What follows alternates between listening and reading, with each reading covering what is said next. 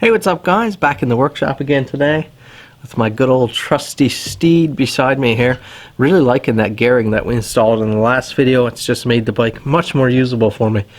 Today we're going to be doing something a little different, and we're going to be getting into the real surgery on this bike. What I'm going to be installing today is a new pipe. So I've got a new system from Dominator here. I'll throw the link down in the description, although it won't help you any on the cost. Sorry about that. I actually reached out to Dominator when I was looking for a pipe. The Dominator pipe looked like a great option, but there's very little content out there on their pipe for the DR650. I could find almost nothing, so I reached out to the company and said, hey, I'm a YouTuber, why don't you consider sponsoring a pipe, helping out, maybe sending one for free or giving me a discount in exchange for me producing some good content for you. I'll get you some good marketing pictures, I'll get you a good install video or something like that. Nope.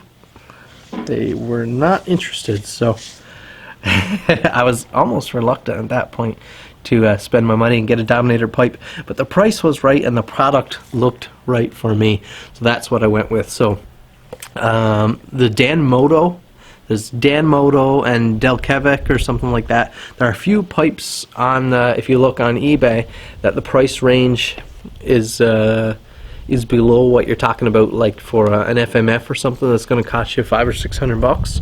So you're looking about half that for something like this. So, but like I said, the prices that you have, the consequence of going with that is you don't have much content. You don't have a lot to go on. This is a good looking pipe though.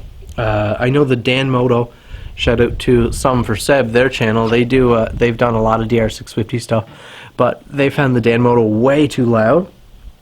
I'm not sure if that'll be an issue with this pipe. I've also got a decibel killer that came with the pipe to go in there, and we have new mid pipe as well. So we're going to drop a bunch of weight by going up to this, and we're also going to get a lot of air out of the bike.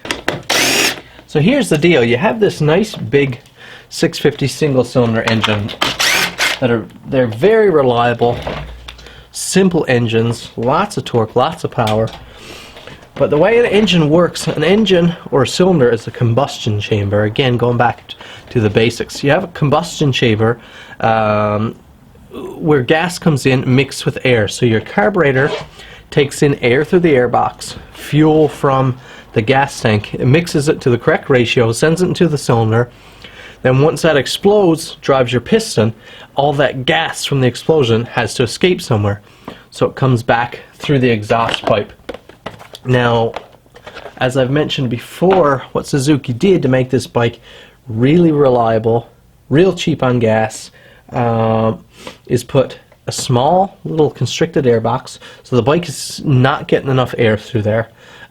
Really small main jet, so the bike is not getting a ton of fuel. And then just look at the size of this exhaust. I'm going to throw a picture up there now to show you the baffling system for this exhaust. It's just outrageous.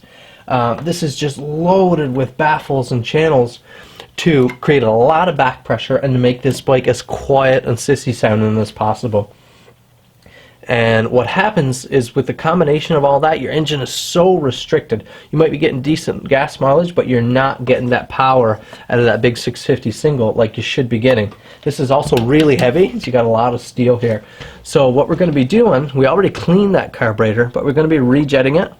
We're going to be opening up that air box, so we're getting lots more air in there so we can mix that air and fuel. And then we need to have a place for all that extra gas to go, because when you got all that extra air and fuel coming into the cylinder, everything is going to get hammered a lot more. It's a lot more violent. You get a lot more gas buildup. So we've got to get that out of there as quick as possible, and hopefully this pipe does that.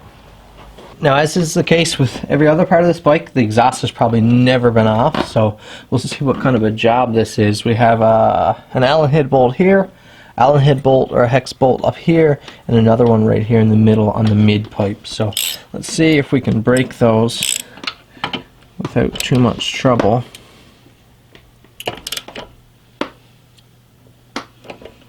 So it looks like the bracket is broke on that one right there. This one's fine. The one that connects to the mid pipe there, the bracket is broken, so Let's see.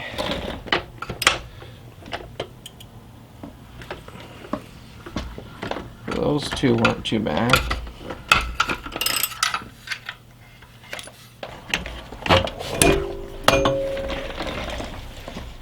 Ooh, that is heavy. That is a lot of weight right there. Now let's see if we'll have to do much playing around. Insert this mid pipe to the header pipe. Now this is just a test fit, just to see where we'll be sitting.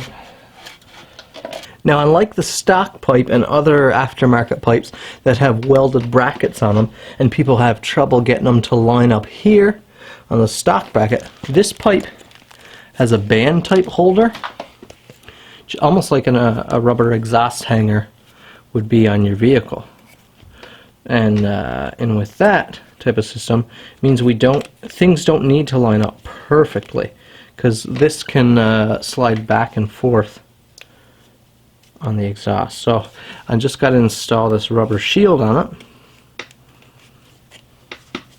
it.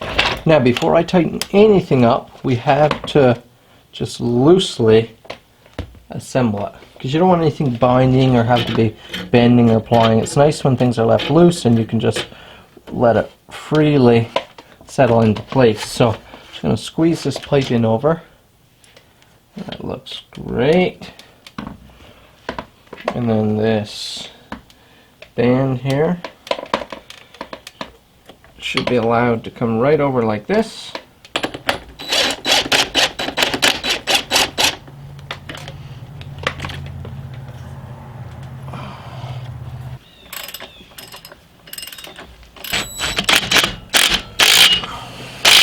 Well, that was pretty much the easiest install I've ever done, man. It was just simple. Unscrew one, bolt on the other. That was a piece of cake. I know it sure looks good, but how will it sound? I'm going to fire it up here now and just give a sound test at idle. I'm not ready to ride it yet because we've got to do a little bit more work, but I'm not exactly sure how the bike will run there now, because it's got factory airbox, factory jetting, and then this big pipe that's just roasting air out of it. So I don't know, it might be a little bit funky. So let's see what it sounds like.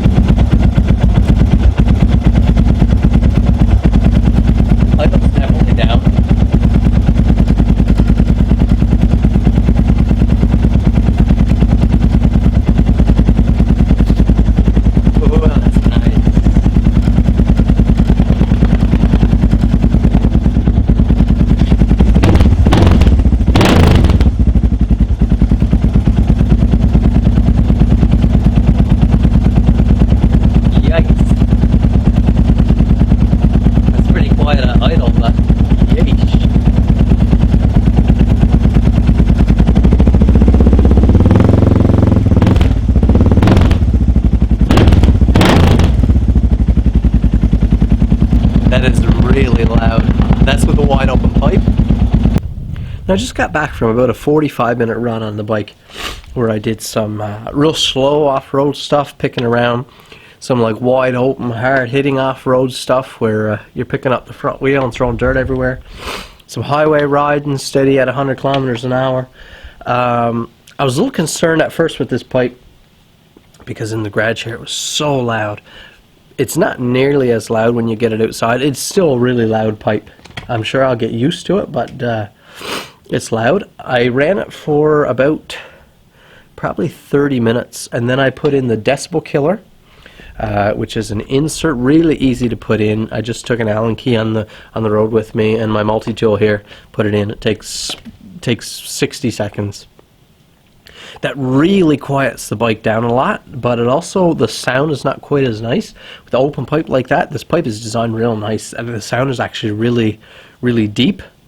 You get some pipes that are kind of like clappy, but then other ones that are really like you got that big huffing sound, and without the baffle in there, that's what you get, that big deep powerful sound. With the baffle in there, it's a little bit more clappy, and maybe that's your preference, I don't know, but it's nice. The baffle's real small, so you can throw it in the backpack, and if you're riding somewhere and you felt like you wanted to tone it down a little bit, or got a bit tired of the noise level after riding for a couple hours, you could stick it in easily. But truth be told, I took it back out again, and I like the sound. One thing I will say, there's a hole there right on the mouth of this pipe, right under here, for mounting the baffle. You just put a little small bolt through. If you leave that hole empty, so if you take the baffle out and leave the hole empty, you get a whistling through there, and it's if you let it idle, you hear it chirping through there, and it's very noticeable. Even when you're riding, just slow riding, picking along, you can hear that just whistling through the hole in the pipe. So I had to stop and put that bolt back in there to fill it up, and then it just sounds beautiful. I love it. Of course, quite a weight savings as well. You're talking, yeah, significant weight savings, but it sounds so good. Anyways, enough of me talking about it. Let's see if I can get you guys some good audio shots. Some real nice stuff. I'll take a little bit of time, give you guys a good idea of what this pipe sounds like.